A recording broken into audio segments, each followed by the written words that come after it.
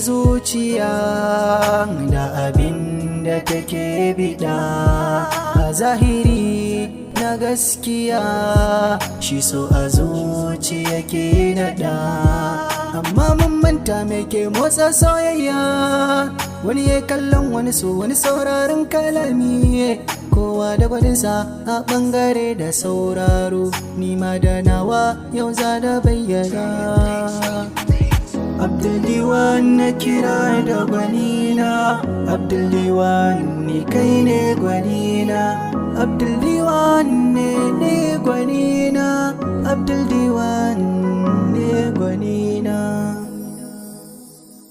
Da na yi sauraro gare ka, sai in ji na kwaɗayin na ganta, in kai furcin kalamanka, sai in juya su gare ta. Mabuɗi, mabuɗi, mabuɗi, mabuɗin murfin kalaman so, madubi, madubi, madubi, madubin mu Abdul a fannin so.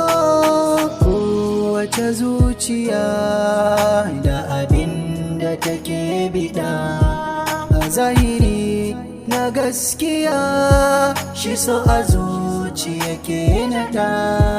Ka gode Allah shi ne ya baka ɗan baiwa, tari na basira ya baka naka mai yawa. Idan da tuntuɓe a hanya, na roƙi Allah ya yi gafara, shari na makiya ya agaza, ya kare ka faɗuwa.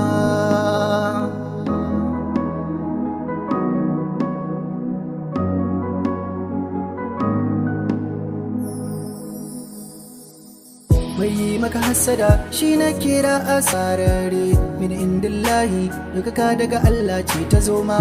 Mabocin kirki ba a fatan watarin aware, idan kan shawarwari akan so ne ka ba da dama. Mai tsoron Allah Abdul ga soyayyar ma'aiki, gabin addini ga kuma soyayya mata mama. Ya mama, ya mama, ya mama, ya mama, ya mama. Roko na Allah karba mu da dukkan iyaye lafiya.